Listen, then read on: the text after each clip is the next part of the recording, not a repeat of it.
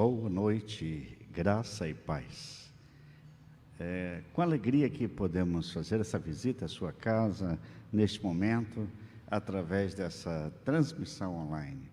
Desejamos que o Senhor abençoe a cada família que nos acolhe, a cada pessoa que recebe essa mensagem, e também desafiamos, envie o seu pedido de oração. Aqui os irmãos irão anotar os pedidos de oração e no final nós estaremos intercedendo por todos. E vamos ter a alegria também de interceder, de lançar mão da fé que temos no Senhor para clamarmos.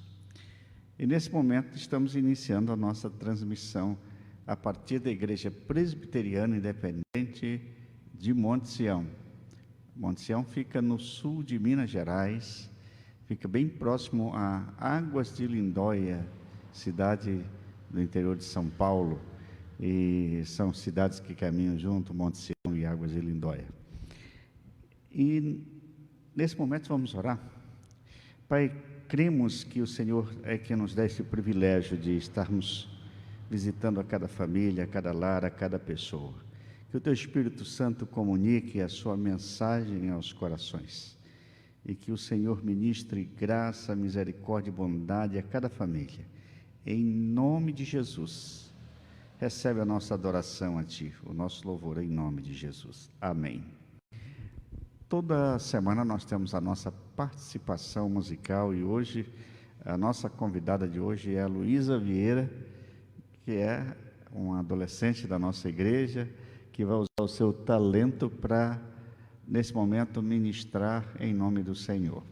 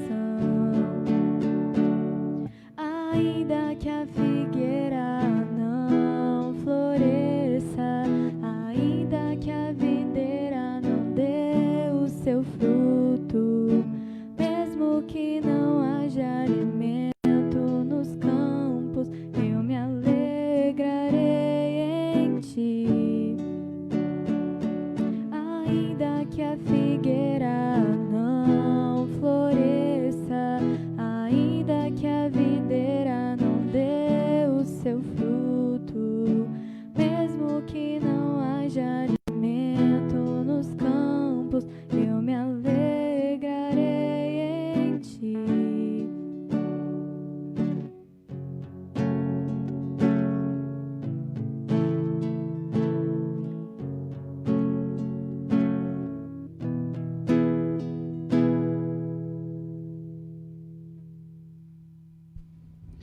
Amém. Louvado seja Deus. Eu gostaria desse momento que nós meditássemos na palavra do Senhor, e eu coloquei o tema da palavra de hoje: há perigos em Ai. Eu vou repetir: há perigos em Ai. Abra sua Bíblia ou seu aplicativo no seu smartphone e vamos ler em Josué capítulo 7. Josué capítulo 7. Em Josué 7 nós encontramos o seguinte: prevaricaram os filhos de Israel nas coisas condenadas, porque Acã, filho de Carmi, filho de Zabdi, filho de Zera, da tribo de Judá, tomou das coisas condenadas. A ira do Senhor se acendeu contra os filhos de Israel.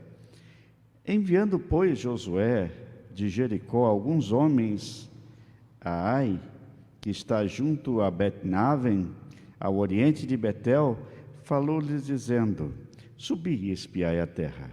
Subiram, pois, aqueles homens e espiaram Ai. E voltaram a Josué e lhe disseram: não suba todo o povo, subam uns 2 ou 3 mil homens a ferir Ai. Não fatigueis ali todo o povo, porque são poucos os inimigos. Assim subiram lá do povo uns 3 mil homens, os quais fugiram diante dos homens de Ai. Os homens de Ai feriram deles uns 36, e aos outros perseguiram, desde a porta até as pedreiras. E o coração do povo se derreteu e se tornou como água. Então Josué rasgou as suas vestes e se prostrou em terra e sobre o rosto perante a arca do Senhor até a tarde. Ele e os anciãos de Israel deitaram pó sobre a cabeça. Disse-lhe Josué: ah, Senhor Deus, por que fizeste este povo passar o Jordão para nos entregarem nas mãos dos amorreus, para nos fazerem perecer? Tomara-nos contentáramos com ficarmos da além do Jordão. Ah, Senhor, que direi, pois Israel virou as costas diante dos seus inimigos. Ouvindo isto, os cananeus e todos os moradores da terra nos cercarão e desarraigarão nosso nome da terra. E então, que farás ao teu grande nome? Então disse o Senhor a Josué: levanta-te. Por que estás prostrado assim sobre o rosto? Israel pecou e violaram a minha aliança, aquilo que eu lhes ordenara, pois tomaram das coisas condenadas e furtaram e dissimularam, e até debaixo da sua bagagem o puseram.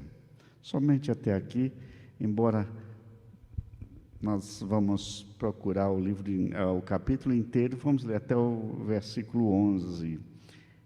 E vamos orar antes de meditarmos nessa palavra. Pai, que teu Espírito Santo nos comunique esta palavra, esta mensagem intensamente ao nosso coração. Edifica a cada um de nós em nome de Jesus. Amém. Muito bem. O tema da palavra nós já anunciamos: há perigos em Ai. E justamente quando eu estou me falando desse perigos em Ai, estou me referindo a esta cidade cujo objetivo era ser conquistada pelo povo de Israel. Mas, por enquanto, nós vamos deixar o texto aqui de lado. Eu vou lembrar de uma história do nosso país. O nosso país é conhecido por o esporte mais popular no país, é o futebol. Isso não é de hoje, há muitos anos. Enquanto o mundo se envolvia com a Segunda Guerra Mundial, o Brasil jogava futebol, embora tivesse mandado alguns pracinhas para ajudar a enfrentar os exércitos inimigos, né? E se juntaram aos aliados. Mas, enquanto isso, o mundo via a Europa devastada, e naquele momento a FIFA escolheu o Brasil para sediar uma Copa do Mundo. Como a Segunda Guerra estava ainda demonstrando, ainda estava o mundo devastado, aquilo foi adiado até que chegou em 1950, então finalmente a Copa pôde ser disputada no nosso país. Bom, eu não vivi essa época, eu apenas conheço a história e hoje eu sou muito ajudado pela Wikipédia na nossa internet. Então aí passamos a conhecer um pouco mais os detalhes da nossa história do futebol. E finalmente o Brasil chega à final, no dia 16 de julho de 1950. O Brasil era um monstro no futebol. O Brasil, que durante toda a Copa havia levado apenas quatro gols, ele chega ao estádio do Maracanã, que estava completamente lotado com 199.854 pessoas no Maracanã naquela época, em 1950. E o povo vibrava. O mundo esperava que o gigante do futebol vencesse o Uruguai, que embora fosse vitoriosos nas suas partidas anteriores, não chegava ao final como o favorito, e sim o Brasil. O Brasil faz o seu primeiro gol, ainda no final do primeiro tempo. Logo depois, o Uruguai faz um gol. Aquele empate daria ao Brasil a vitória e daria o título de campeão. O mundo já estava naquela expectativa e, sobretudo, aquelas 199 mil pessoas que aguardavam ali, que assistiam aquele espetáculo, já comemoravam a vitória do Brasil. Faltando poucos minutos para terminar o segundo tempo, cerca de 3 minutos, o Uruguai fez mais um gol e foi campeão sobre o Brasil. Bom, eu confesso que detalhes dessa Copa eu não sabia, eu fiquei pesquisando e descobrindo cada detalhe. Aquela Copa, aquele final da Copa foi chamado do Maracanaço, dado o número de pessoas assistindo, que era um verdadeiro recorte de público no mundo inteiro. Era aquele que estava ali no Maracanã, que teve o nome de Maracanaço. Mas aquilo foi um caos. As pessoas saíram decepcionadas.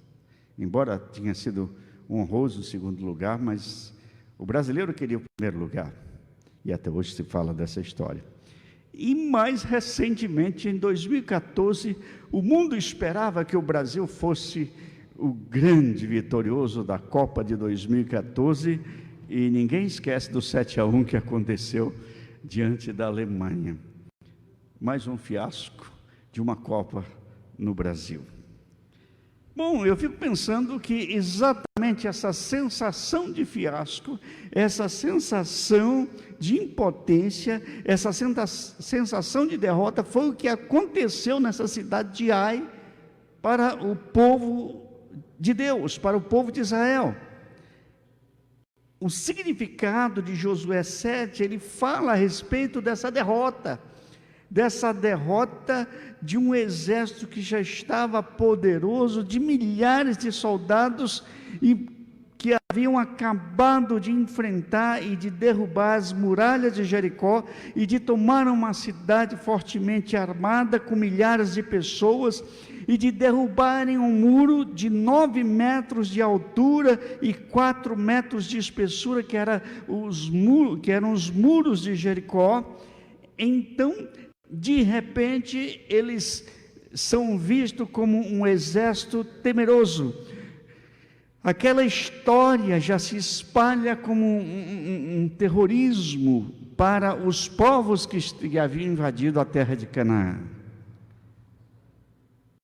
Agora eles vão para uma pequena vila, uma pequena cidade, e onde os espias vão à frente, e os espias vão analisar, e traz o seguinte relatório: é um povo fraco, pequeno, então não vamos com todo o exército, não tem o que fazer com esse exército lá, manda uns 2, 3 mil soldados, e eles mandam apenas 3 mil soldados, mas aqueles 3 mil soldados são derrotados pela pequena vila de Ai, a pequena cidade. Ao contrário de Jericó, quando Deus estava presente e eles estavam fazendo tudo o que Deus tinha ordenado, tocavam trombeta, rodeavam e davam 7 voltas em torno das muralhas, e as muralhas caíram, e naquele momento agora o desafio era Ai. Parecia uma presa difícil, parecia uma presa muito fácil, só que Israel perdeu, assim como o Brasil em 1950, em 2014. Parecia algo fácil para os nossos jogadores da seleção e, no entanto, perdemos. Parecia algo fácil para o exército de Israel, o poderoso exército de Israel, e, no entanto, perderam a guerra. Agora, com o nosso tema Perigos em Ai, eu quero aplicar este episódio à nossa vida como cristãos e também à vida da igreja cristã na face da terra. Há perigos em Ai. Olha, observe bem, o texto começa: prevaricaram os filhos de Israel nas coisas condenadas. Aí, lá no final diz: a ira do Senhor se acendeu contra os filhos de Israel. O que esses perigos de Ai representam para nós enquanto igreja e para nós enquanto povo de Deus, enquanto cristãos, no mundo que jaz no maligno? Quais são os perigos? E aí eu vou pensar o perigo da prepotência. Conquistar Ai após Jericó seria fácil, uma tarefa que daria para resolver em questão de minutos. Eles se ensoberbeceram, ficando confiantes demais. Jericó representava os grandes desafios da vida, onde nos apegamos a Deus com maior firmeza. Mas em Ai, 36 soldados morreram. Em Ai significa humilhação, representa os pequenos desafios, quando passamos por situações que consideramos mais fáceis, não dependemos tanto de Deus. Esse ponto reside exatamente o perigo de não dependermos de Deus. Nós temos que aprender a depender do Senhor. Lá em Provérbios 16, 18, encontramos: a soberba precede a ruína, e a altivez do espírito precede a queda. Queridos, a pequena vila de Ai parecia que não tinha nenhum potencial, mas os homens de Ai foram cruéis e puseram para correr 3 mil soldados, ainda mataram 36. A Bíblia conta muitas histórias, e uma das histórias que me chama a atenção nessa questão da prepotência é Golias. Golias era um homem, um gigante. Ele afrontava, ele dizia que não havia Deus nesse povo, e que não havia homem suficiente para enfrentá-lo em guerra, e ele sempre insultava todas as manhãs, até que um garoto chega e se dispõe em nome de Deus a enfrentá-lo. Ninguém acreditava em nada, e aquele gigante prepotente simplesmente insultava o exército de Deus, insultava o povo de Deus, insultava o nome de Deus, e de repente aquele garoto chamado Davi não consegue nem colocar uma armadura, não consegue segurar uma espada, mas aquele garoto sabia muito bem cuidar dos rebanhos do seu pai, e aquele garoto sabia e usava uma funda, uma espécie de estilingue da época com 5 pedras, e foi uma dessas pedras que acertou a testa do gigante, ele tombou, ele desmaiou, e Davi o derrotou, porque não adianta prepotência diante de Deus. A soberba precede a ruína. Estes soldados foram prepotentes. Eles saíram para derrotar a pequena vila de Ai e disse: não precisamos de grandes coisas.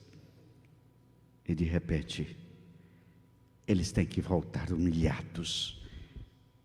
O primeiro perigo é o perigo da prepotência, de achar que somos os bons, de achar que fazemos as coisas, de achar que somos poderosos, de achar que podemos tudo, e no entanto, diante da nossa Ai, ou seja, dos pequenos desafios que temos pela frente, às vezes somos humilhados. Em segundo lugar, e é o segundo perigo em Ai, é o perigo da dissimulação.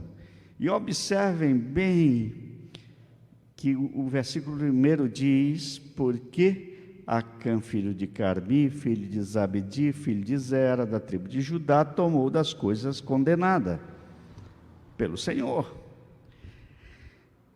A dissimulação, e aí o versículo 11 ainda diz: Israel pecou e violaram a minha aliança, aquilo que eu lhes ordenara, pois tomaram das coisas condenadas e furtaram e dissimularam até debaixo da sua bagagem. Pelo que os filhos de Israel não puderam resistir aos seus inimigos, viraram as costas diante dele, portanto Israel se fizera condenado. Já não serei convosco, se não eliminardes do vosso meio a coisa roubada. Deus está dizendo uma coisa: vocês tinham que ter um só propósito, vocês tinham que obedecer exatamente o que eu tinha dito. Agora, observem bem que Deus tinha dito que todo ouro e toda prata que tivesse quando eles invadissem Jericó seria do tesouro da casa do Senhor, o resto seria queimado, ninguém pegaria nada, nenhum soldado teria oportunidade de pegar alguma coisa para si como um despojo, nenhum soldado teria o direito de enriquecer, mesmo porque não foram eles que derrubaram as muralhas de Jericó, aquelas muralhas de 9 metros de altura, aquelas muralhas de 4 metros de espessura foram derrubadas, não é pelas trombetas que foram tocadas, mas pela obediência irrestrita do povo ao que Deus havia ordenado, e as muralhas caíram, porque o poder de Deus operou. Aleluia.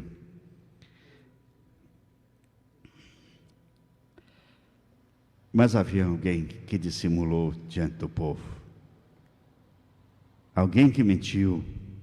Dissimular significa enganar, ludibriar, mentir. Mais do que mentir, é ludibriar, é omitir a verdade. Quando dissimulamos, faltamos com a verdade. Acã havia escondido a verdade. E observem bem que Deus ordenou: traz todas as tribos do povo diante de você, quando ele disse para Josué, e você vai dizer o seguinte: a tribo que eu disser, essa tribo você vai mandar deixar. Aí depois você deixa as famílias, e a família que eu disser você vai deixar, e até que ele chega a um sujeito chamado Acã. E você vai eliminar tudo o pecado diante de você. Então, quando Acã é chamado, versículo 19 diz o seguinte: então Josué disse a Acã: filho meu, dá glória a Deus, Deus de Israel, e a ele rende louvores, declara-me agora o que fizeste, não me ocultes. Respondeu Acã a Josué e disse: verdadeiramente pequei contra o Senhor Deus de Israel, e foi assim que eu fiz. Quando vi entre os despojos uma boa capa babilônica e 200 siclos de prata, e uma barra de ouro do peso de 50 siclos, cobicei-os e tomei, e eis que estão escondidos na terra, no meio da minha tenda, e a prata por baixo. Então Josué enviou mensageiros que foram correndo à tenda, e eis que tudo estava escondido nela, e a prata por baixo. Tomaram, pois, aquelas coisas do meio da tenda, e as trouxeram a Josué e todos os filhos de Israel, e as colocaram perante o Senhor. Por mais absurdo que pareça, a dissimulação, essa ocultação da verdade, é o desafio, é o segundo perigo em Ai. O resultado para a vida de Acã e para a sua família foi catastrófico, porque era a ordem de Deus. Eu não vou entrar aqui no mérito da questão do que aconteceu. Aquele homem desobedeceu a Deus, não era para pegar aquilo.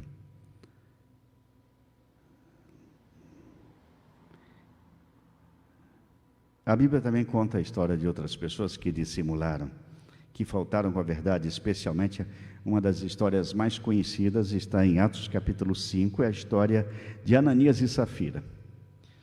Talvez você conheça essa história, como da igreja estava passando uma grande crise, uma pobreza, as pessoas vendiam suas propriedades, traziam aos pés dos apóstolos para que os apóstolos distribuíssem e comprassem alimento para as pessoas que necessitavam.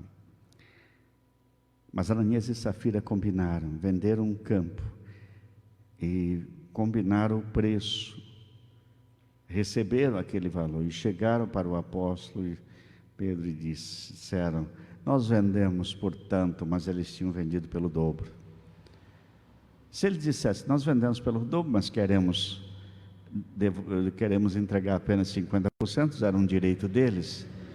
Mas naquele momento Pedro diz que vocês não mentiram para mim, vocês mentiram para Deus, mentiram para o Espírito Santo, deixaram Satanás encher o coração de vocês. E também a história de Ananias e Safira foi uma história de grande temor na vida da igreja, assim como a história de Acã foi uma história que gerou um grande temor na vida do povo de Israel. Ambos dissimularam. Há perigos em Ai para a igreja, há perigos em Ai para as famílias, há perigos em Ai para os cristãos.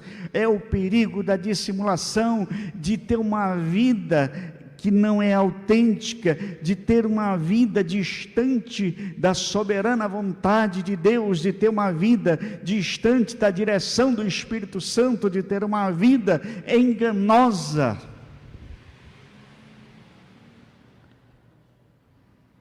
Mas há um terceiro perigo em Ai, é o perigo de Deus não estar presente conosco.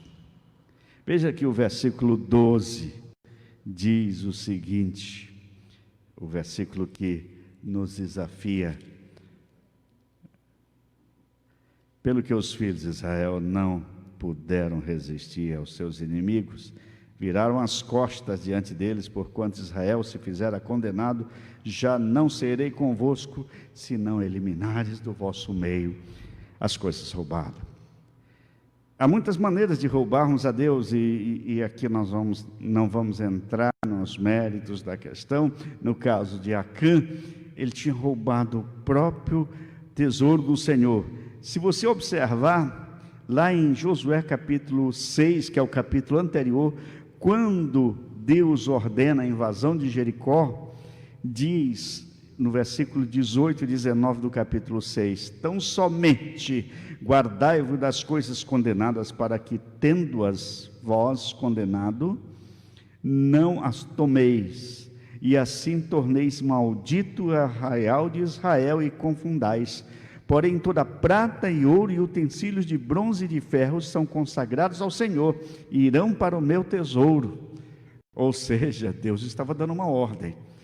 Todos ouviram a ordem de Deus. Em Ai, todo mundo sabia que quando eles iam enfrentar um novo desafio e já estavam tomando a terra prometida, todo mundo estava sendo locado nos seus lugares, mas Acã resolveu esconder do povo e esconder de Deus, como se pudesse esconder alguma coisa de Deus.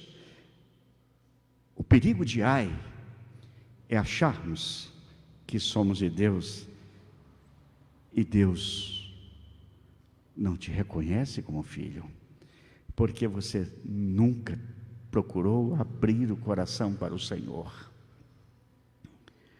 Eu vi um pregador, há alguns anos atrás, que ele dizia que a igreja é o lugar onde existe maior número de incrédulos. São pessoas que conhecem o Evangelho, mas que decidem se distanciar de Deus. Eu talvez não caísse nesse extremo de olhar para a igreja dessa forma, mas eu entendo que vivemos o nosso o nosso pequeno desafio. Deus pode não estar presente na nossa vida, porque nós nunca abrimos o coração para Ele. O quarto perigo, e aí vai estar no versículo 21, que nós já lemos aqui,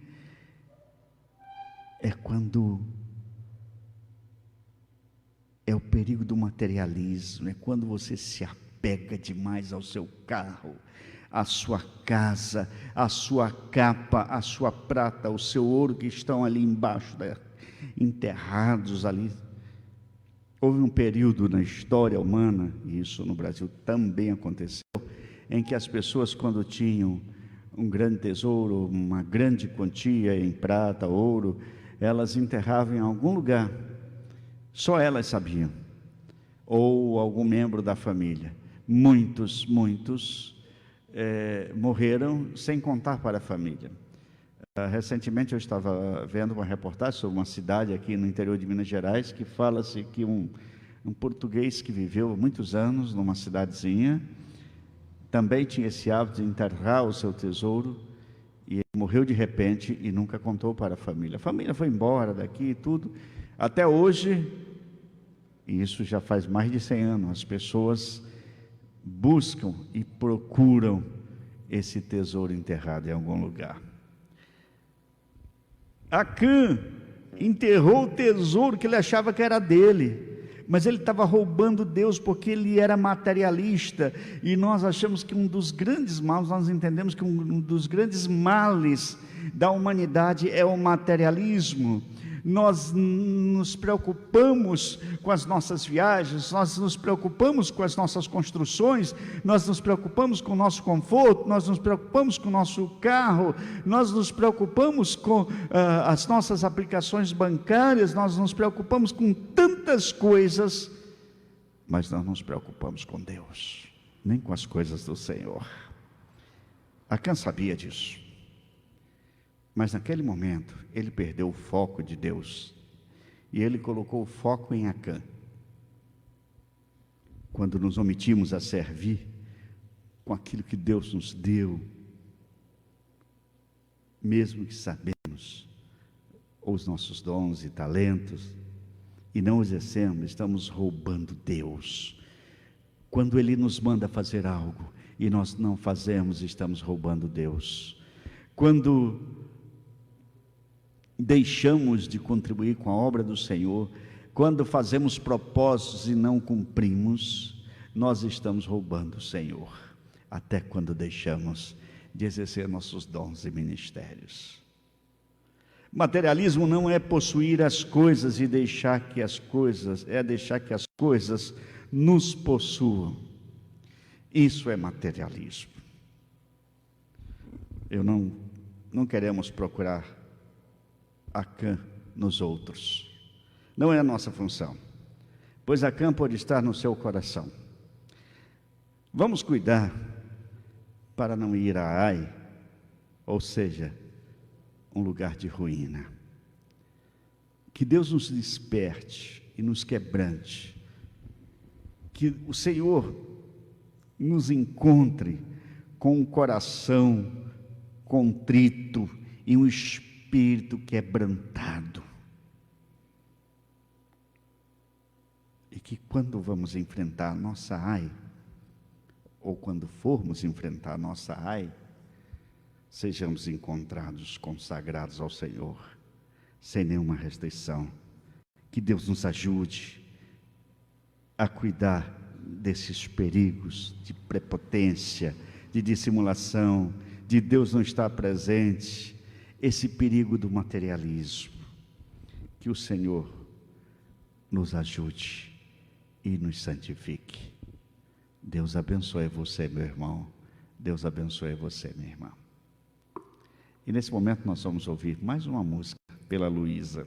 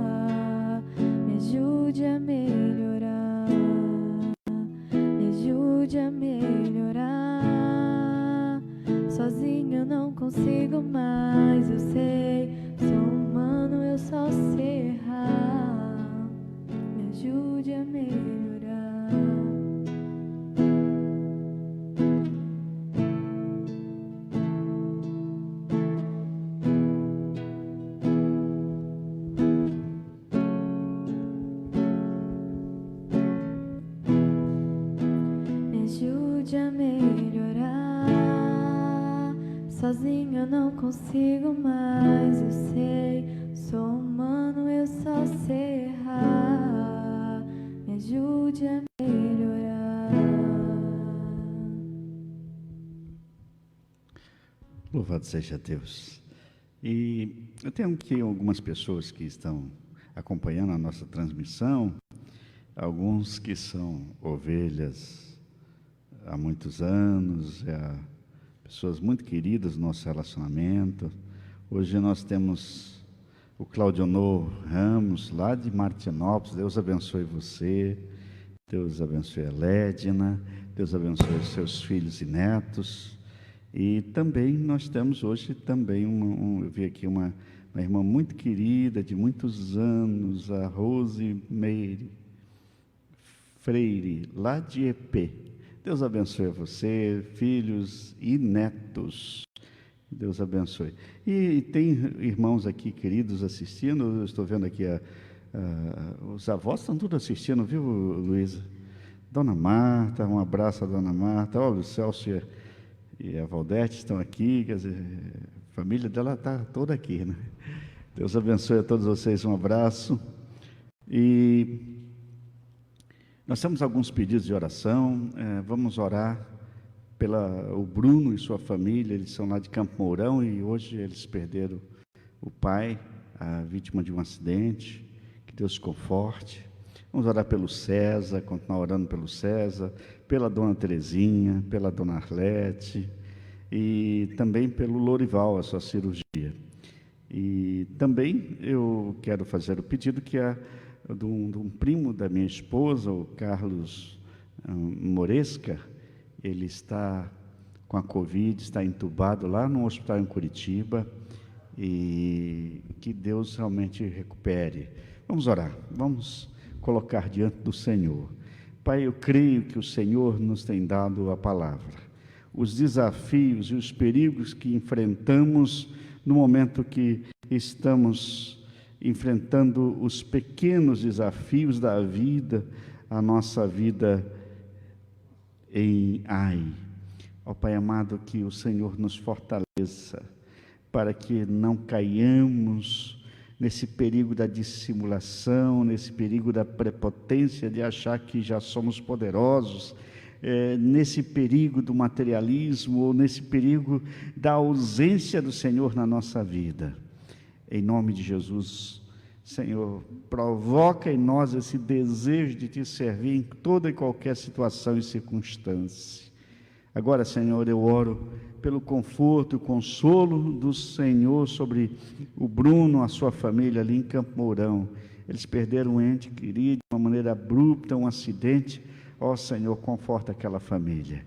Em nome de Jesus, nós queremos orar neste momento pelo Carlos Moresca, esse senhor que está ali em Curitiba, primo da minha esposa, que está internado, entubado, que o Senhor o visite.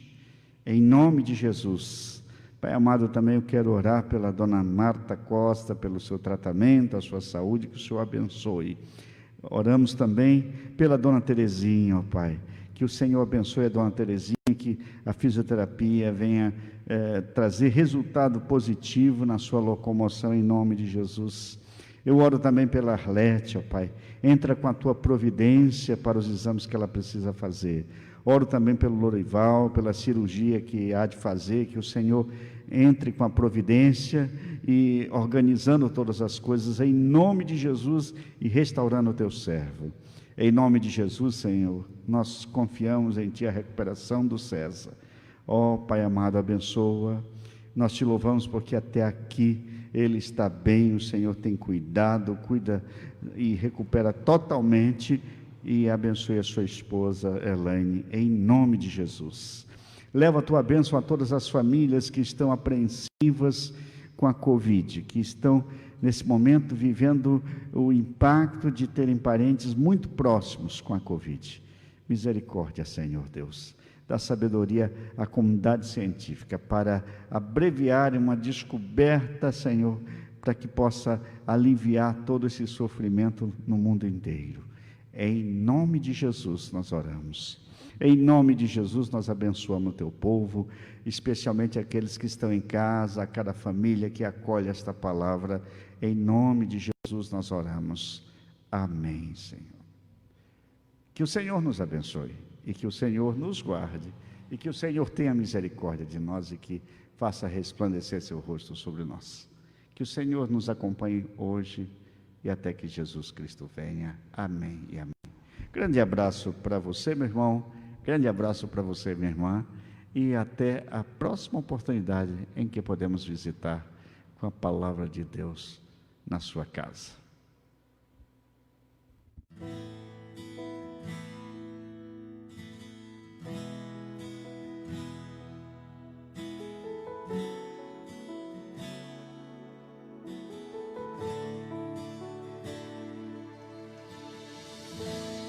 Aquieta minha alma, faz meu coração ouvir Tua